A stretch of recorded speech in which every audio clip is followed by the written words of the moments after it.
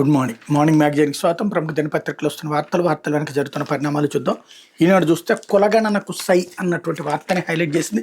జనాభా లెక్కలతో పాటు వివరాల సేకరణ, స్వతంత్రం తర్వాత తొలిసారి రాజకీయ వ్యవహారాల కేబినెట్ కమిటీ నిర్ణయం, వివక్ష పాలిత రాష్ట్రాల ప్రక్రియపై కేంద్రం పెదవిరుపు, మా ఒత్తిడి పనిచేసింది ప్రతిపక్ష, నిర్దిష్ట గడువుతో పూర్తి చేయాలని సూచన, దేశంలో త్వరలో మొదలయ్యే జనాభా లెక్కల సేకరణతో పాటు కులగణన చేపట్టాలి కేంద్ర ప్రభుత్వం కీలక నిర్ణయం తీసుకుంది. ప్రధానమంత్రి నరేంద్ర మోడీ అధ్యక్షతన బుధవారం జరిగిన రాజకీయ వ్యవహారాల కేబినెట్ కమిటీ సమావేశం దీనికి ఆమోద ముద్ర వేసింది. ఇటీవల కాలంలో లోక్సభలో ప్రతిపక్ష నేత రాహుల్ గాంధీ ఎక్కడ పర్యటించిన కులగణనపైన ప్రధానంగా మాట్లాడుతున్నారు. జనాభా ప్రాతిపదికన ప్రజలకు ప్రాతినిధ్యం కల్పిస్తామని హామీ ఇస్తున్నారు. కాంగ్రెస్ పాలిత తెలంగాణ, కర్ణాటకలతో పాటుగా ఎన్డీఏ కూటమి చేతిలో ఉన్న బీహార్ కూడా కులగణన చేపట్టింది. దీంతో దేశవ్యాప్తంగా అన్ని వైపుల నుంచి డిమాండ్ పెరుగుతూ వచ్చింది. కులగణన చేపట్టేలా కేంద్ర ప్రభుత్వాన్ని ఆదేశించాలని బీసీ సంఘాలు సుప్రీంకోర్టుకు వెళ్లాయి. దీంతో పార్లమెంట్లో దీని గురించి వివిధ పక్షాలు ప్రశ్నించినప్పుడు ప్రస్తుత అంశం కోర్టులో ఉన్నందువల్ల స్పందించలేమని కేంద్రం పలుమార్లు సమాధానం ఇచ్చింది. ఏడాది చివరిలో బీహార్లో అసెంబ్లీ ఎన్నికలు జరగనున్న తరుణంలో ఎట్టకేలకు ఓకే చెప్పింది. త్వరలోనే ఈ నిర్ణయం ఆచరణలోకి వస్తుందని ప్రభుత్వ వర్గాలు పేర్కొన్నాయి. ఇప్పటికే జనాభా లెక్కల సేకరణ ప్రక్రియకి 5 ఏళ్లు ఆలస్యమైంది. ఈ పనికి 13,000 కోట్లు ఖర్చు అవుతుందని అంచనా అన్నటువంటి వార్తని హైలైట్ చేశారు. కాంగ్రెస్ ప్రభుత్వాలు ఇప్పటివరకు కులగణన వ్యతిరేకిస్తూ వచ్చాయని సమాచార ప్రసారాల శాఖ మంత్రి అశ్విని వైష్ణవ్ విలేకరుల సమావేశంలో చెప్పారు. స్వాతంత్ర అనంతరం ఏ జనగణనలోనూ కులగణన చేయలేదు. కులాల వారి లెక్కలపై కేబినెట్లో చర్చిస్తామని 2010లో అప్పటి ప్రధానమంత్రి మన్మోహన్ సింగ్ లోక్సభలో హామీ ఇచ్చారు. మంత్రివర్గ ఉపసంఘం కూడా ఏర్పాటు చేశారు. అప్పట్లో అత్యధిక రాజకీయ పార్టీలు కులగణనకు అనుకూలంగా అభిప్రాయం వ్యక్తం చేశాయి. అయినప్పటికీ ప్రభుత్వం కులగణనకు బదులు సామాజిక ఆర్థిక కులగణన నిర్వహించింది. కాంగ్రెస్ విపక్ష కూటమి పార్టీలు కులగణన అంశాన్ని కేవలం తమ రాజకీయ ప్రయోజనాల కోసం ఉపయోగించుకుంటూ వచ్చాయన్నటువంటి వార్తని హైలైట్ చేశారు. లేకపోతే 36 గంటల్లో మాపై భారత్ సైనిక చర్య, పక్కా నిఘా సమాచారం ఉందన్న పాకిస్తాన్, దాయాద్ దేశ్ విమానాలకు భారత గగంతలకు నిషేధం, సరిహద్దుల్లో కవ్వింపులపై పాక్కి భారత్ గట్టి హెచ్చరిక, మోడీ అధ్యక్షతన సీసీపీఏ భేటీ, సరిహద్దుపై సమీక్ష, పహల్గామ్ ఉగ్రదాడికి ప్రతీకారంగా భారత సైన్యం తమపై 36 గంటల్లోగా దాడి చేయొచ్చని పాకిస్తాన్ చెబుతోంది. దీనికి సంబంధించిన ఖచ్చితమైన నిఘా సమాచారం తమ వద్ద ఉందంటోంది. సమయం గడిచే కొద్దీ పొరుగు దేశంతో ఘర్షణ అవకాశాలు అధికమవుతున్నాయని పాక్ రక్షణ మంత్రి ఖవాజా ఆసిఫ్, సమాచార శాఖ మంత్రి అతవుల్లా తరార్ బుధవారం ఇస్లామాబాద్లో పేర్కొన్నారు. మరోవైపు ఢిల్లీలో ప్రధాని మోడీ అధ్యక్షతన సమావేశంలో భద్రతా వ్యవహారాల కేబినెట్ కమిటీ సరిహద్దులోని పరిస్థితిని సమీక్షించింది అన్నటువంటి వార్తని హైలైట్ చేశారు. లేకపోతే ఆకాంక్షలు తీరేలా అమరావతి, అన్ని వర్గాలు గర్వంగా చెప్పుకునేలా రాజధాని నిర్మిస్తాం, పనుల పునఃప్రారంభ వేడుకకు కూటమి శ్రేణులు కథలు రావాలి, ముఖ్యమంత్రి చంద్రబాబు పిలుపు, మోడీ పర్యటనపై మంత్రులు, ఎంపీలు, ఎమ్మెల్యేలు, కార్యకర్తలతో టెలికాన్ఫరెన్స్, తెలంగాణ ప్రజలు మా హైదరాబాద్, కర్ణాటక వాళ్ళు మా బెంగళూరు, తమిళనాడు వాసులు మా చెన్నై అంటారు, మన రాష్ట్ర ప్రజలు కూడా మా అమరావతి అని గర్వంగా చెప్పేలా రాజధాని నిర్మిస్తామని ముఖ్యమంత్రి చంద్రబాబు హామీ ఇచ్చారు. రాష్ట్రంలోని అన్ని వర్గాల ప్రజల ఆకాంక్షలు తీర్చే విధంగా రాజధాని నిర్మాణం జరుగుతుందని స్పష్టం చేశారు.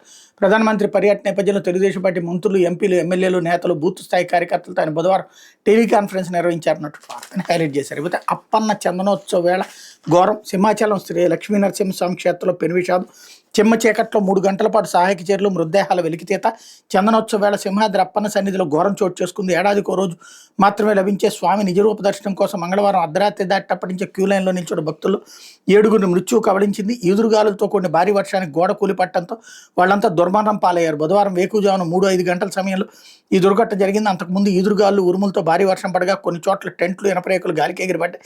విద్యుత్ అంతరాయం ఏర్పడి కొన్ని క్యూ లైన్లో చీకటి నెలకొంది. ఈలోగా వర్షానికి గోడ కూలడంతో సింహగిరి బస్టాండ్ నుంచి ఎగువ వైపునికి వెళ్లే మార్గంలోని షాపింగ్ కాంప్లెక్స్ వద్ద 300 రూపాయల టికెట్ తీసుకుని క్యూ లైన్లో వేచి ఉన్న భక్తులపై ఒక్కసారిగా సిమెంట్ ఇటుకలు, ఇనప స్తంభాలు పడ్డాయి. ఈ ఘటనలో 7గురు అక్కడికక్కడే ప్రాణాలు విడిచారు.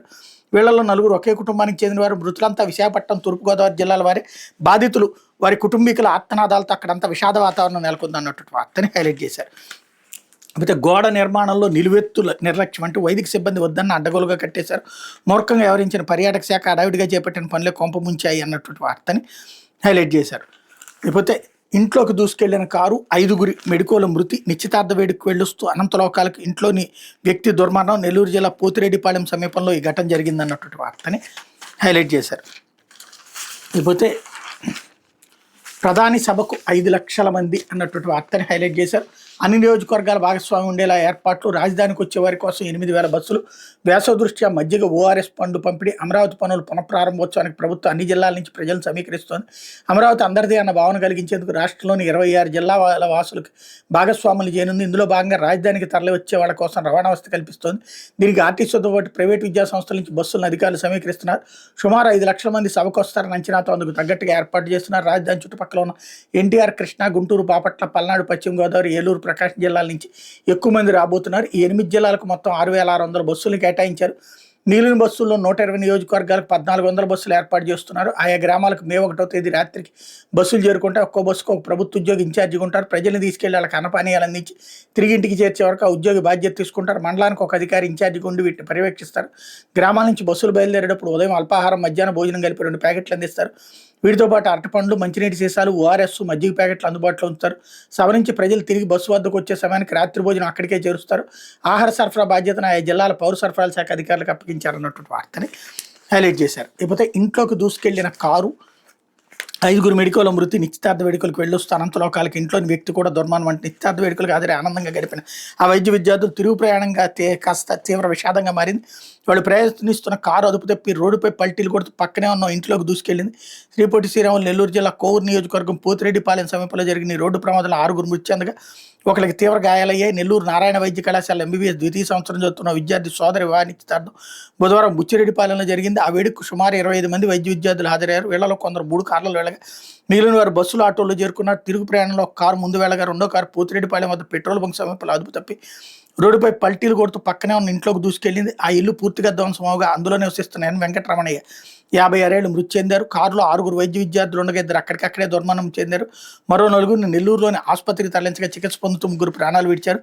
మృతుల్లో అనంతపురానికి చెందిన కె అభిషేక్ రాజ్ 22 ఏళ్లు, నెల్లూరు జిల్లా సంగం మండలం సిద్ధిరేపురానికి చెందినటువంటి గొండ్ల జీవన్ చంద్రారెడ్డి 22 ఏళ్లు, ప్రకాశం జిల్లా ఒంగోలుకు చెందిన గుర్రం విఘ్నేష్ 21 ఏళ్లు, అనంతపురం జిల్లా ధర్మవరానికి చెందిన ఎల్ నరేష్ నాయక్ 22 ఏళ్లు, తిరుపతి ప్రశాంత్ నగర్కి చెందిన గోను అభిసాయి పురుషోత్తం 21 ఏళ్లు ఉన్నారు. నవనీత్ శంకర్ ఆసుపత్రిలో చికిత్స పొందుతున్నారు. పోలీసులు కేసు నమోదు చేసి దర్యాప్తు చేస్తున్నారు అన్నట్టు వార్తనే హైలైట్ చేశారు. అయితే 1100 కోట్లతో చెత్త నుంచి విద్యుత్ ప్రాజెక్టులు, రోజుకు 2500 టన్నుల చెత్త వినియోగం. జిందాల్కి దక్కి నెల్లూరు ప్రాజెక్టు టెండర్ల ప్రక్రియను పర్యవేక్షిస్తున్న నెట్క్యాప్ రాజమహేంద్రవరం, నెల్లూరు, కడప, కర్నూలు క్లస్టర్లుగా రాష్ట్రంలో కొత్తగా 4 వేస్ట్ టు ఎనర్జీ చెత్త నుంచి విద్యుత్ ఉత్పత్తి ప్రాజెక్టుల ఏర్పాటుకు టెండర్ల ప్రక్రియ మొదలైంది. నెల్లూరు ప్రాజెక్టు జిందాల్ సంస్థ ఇప్పటికే దక్కించుకోగా మిగిలిన ప్రాజెక్టులకు త్వరలో టెండర్లు ఖరారుగానే ఉన్నాయి. ఈ ప్రక్రియ నెట్క్యాప్ పర్యవేక్షిస్తోంది. ఈ ప్రాజెక్టుల ద్వారా రోజుకి 44 మెగావాట్ల విద్యుత్ ఉత్పత్తి సాధించేలా ప్రతిపాదన రూపొందించిన ఆ సంస్థ ఇందుకు 1100 కోట్లు అవసరమని అంచనా వేసింది అన్నటువంటి వార్తని హైలైట్ చేశారు. లేకపోతే దైవ సాక్షిగా మళ్ళీ భక్తులే బలి అంటూ సాక్షి హైలైట్ చేసింది. హడావిడిగా కట్టే నాసిరకం గోడకూలి సింహాచలంలో 7గురు భక్తుల సజీవ సమాధి, కాలమ్స్ లేకుండా ఫ్లై యాష్ ఇటుకలతో నిర్మాణం, క్యూ లైన్లో వెళ్తున్న భక్తులపై గాలివానకే కూలిన గోడ, చందనోత్సవం వేళ అప్పన్న సన్నిధిలో తెల్లవారుజామున పెనువిషాదం, 2 లక్షల మంది తరలివస్తారని తెలిసినా సర్కారు నిలువెల్లా నిర్లక్ష్యం, రెగ్యులర్ ఈవోని నియమించిన వైను, వీఐపీల దర్శనాలు, టికెట్ల విక్రయాలపైన దృష్టి, సామాన్య భక్తులను కనీసం పట్టించుకునే యంత్రాంగం, దర్శనం అనంతరం చల్లగా ఢిల్లీకి చేరుకున్న విశాఖ ఎంపీ శ్రీభరత్, పత్తా లేకుండా పోయిన టీడీపీ రాష్ట్ర అధ్యక్షుడు పల్లా, అంత ఎత్తు గోడ కట్టేటప్పుడు ఫ్లై యాష్ షీట్కు వాడచ్చా, నీరు దిగేందుకు గోడకు పైపులు ఎందుకు అమర్చలేదు, ఇంజనీరింగ్ డిజైన్ ఇచ్చింది ఎవరు, పోస్ట్ మార్టంలోనూ రాజకీయమే, వైఎస్ జగన్ వస్తున్నానని తెలియడంతో కేజీహెచ్ నుంచి బాధిత కుటుంబాల తరలింపు, పోస్ట్ మార్టం పూర్తి చేశాక బలవంతంగా సంతకాల సేకరణ, భక్తులకు ఎమ్మపాశాలుగా మారుతున్న కూటమి సర్కార్ పాపాలు, గత 11 నెలలుగా పవిత్ర పుణ్యక్షేత్రాలు వరుసగా అపచారాలు, అనూహ్య ఘటనలు అన్నటువంటి వార్తని హైలైట్ చేశారు. చంద్రబాబే బాధ్యుడు అంటూ సింహాచలం ఘటనపై వైఎస్ జగన్ మండిపాటు,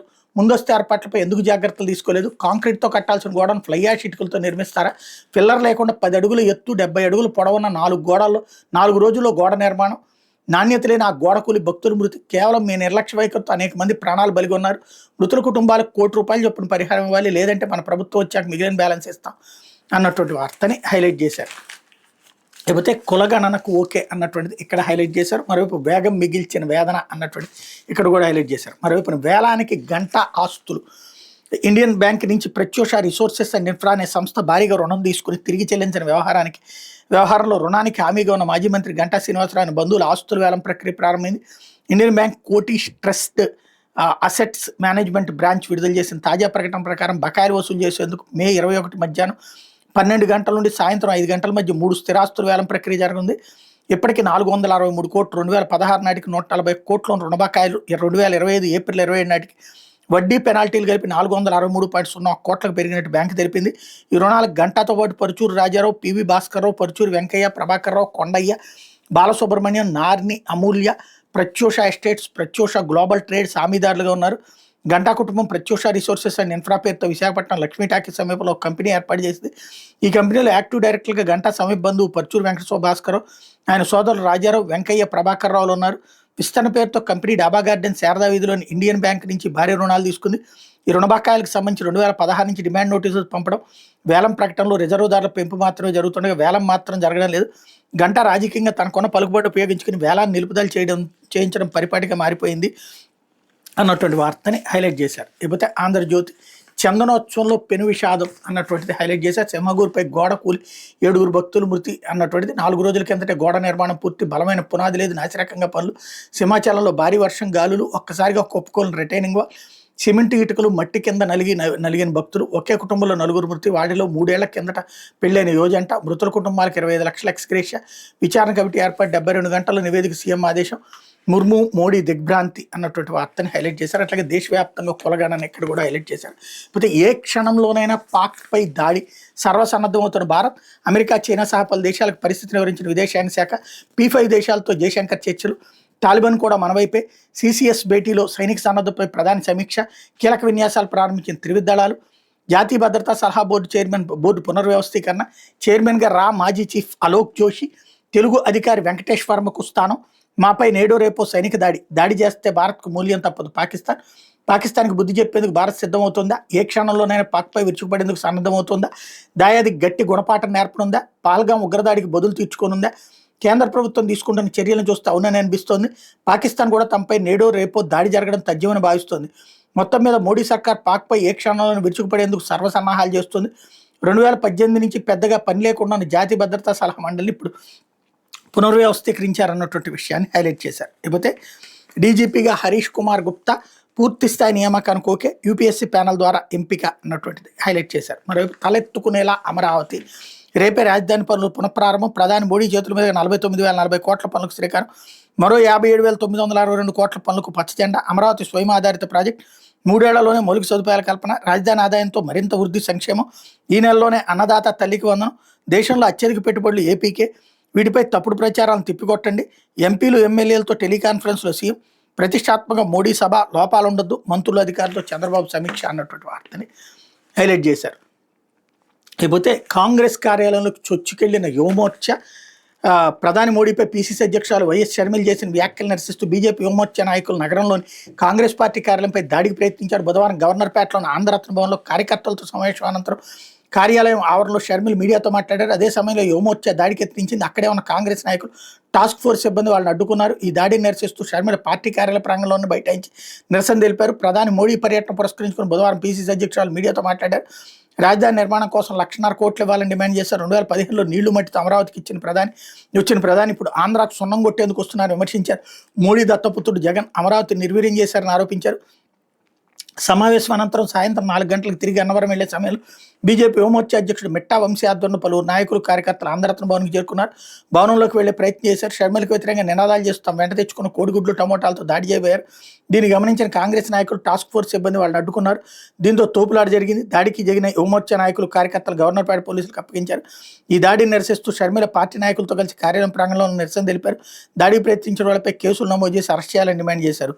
మరి ప్రధాని మోడీ వస్తున్న నేపథ్యంలో షర్మిలను హౌస్ అరెస్ట్ చేసేందుకు పోలీసులు బుధవారం కృష్ణా జిల్లా గన్నవరం మండలం కేసరపల్లి LSVలోని ఆమె నివాసానికి వచ్చారు. అప్పటికే ఆమె విజయవాడ కాంగ్రెస్ పార్టీ ఆఫీస్కి వెళ్లేందుకు బయలుదేరారు. పోలీసులు ఆమెను అడ్డుకున్నారు. దీంతో ఆమె వారితో వాగ్వాదానికి దిగారు. ఈ సందర్భంగా మీడియాతో మాట్లాడారు. రాష్ట్ర ప్రజల సమస్యలపై మాట్లాడే హక్కు మాకు లేదా? అమరావతి రాజధానిపై కమిటీ వేస్తే హౌస్ అరెస్ట్ చేస్తారని ప్రశ్నించారు అన్నటువంటి వార్తలు ఇక్కడ ప్రధానిని లాగారు ఇందులోకి. ఈ వార్త రాసేటప్పుడు దిక్కుమాలిన వార్త కాకపోతే రేపు ప్రధానమంత్రి రాబోతుంటే నిన్న అరెస్ట్ చేయడానికి వెళ్తారా? నిన్న హౌస్ అరెస్ట్ చేయడానికి వెళ్తారా? నిన్న ఆమె అమరావతిలో ఉద్దండరాయనపాలెం దగ్గరికి వెళ్తానంది. అందుకోసం ఆపి అరెస్ట్ చేస్తే ప్రధానమంత్రి కోసం అరెస్ట్ చేశారంటూ ఇష్యూని అటుకు డైవర్ట్ చేశారు. ఇలాంటి దిక్కుమాలిన నేరేషన్తోనే జర్నలిజం విలువలను నాశనం చేసినటువంటి పరిస్థితి ఉంది. లేకపోతే దర్యాప్తునికి సహకరించుకుంటే చర్యలు తీసుకోవచ్చు అంటూ విజయ్ కుమార్ రెడ్డి కేసులో ACBకి హైకోర్టు వెసులుబాటు. ముందస్తు బెయిల్ పిటిషన్పై విచారణ మూసివేత అన్నటువంటి వార్తని హైలైట్ చేశారు. ఏదైతే సాక్షి పత్రిక ఛానల్కి అంచేతలు చేకూర్చారని తనపై ACB నమోదు అయిన కేసులో ముందస్తు బెయిల్ కోసం సమాచార పౌర సంబంధాల శాఖ మాజీ కమిషనర్ విజయ్ కుమార్ రెడ్డి వేసిన పిటిషన్ హైకోర్టు పరిష్కరించింది. ఆయన దర్యాప్తు సహకరించకపోతే చట్ట నిబంధనల ప్రకారం ఆయనపై తగిన చర్యలు తీసుకునేందుకు ACB అధికారులకు వెసులుబాటు ఇచ్చింది అన్నటువంటి వార్తని హైలైట్ చేశారు. ఇది దినపత్రికలో వచ్చిన వార్తలు వెనకాల జరుగుతున్న పరిణామాలు.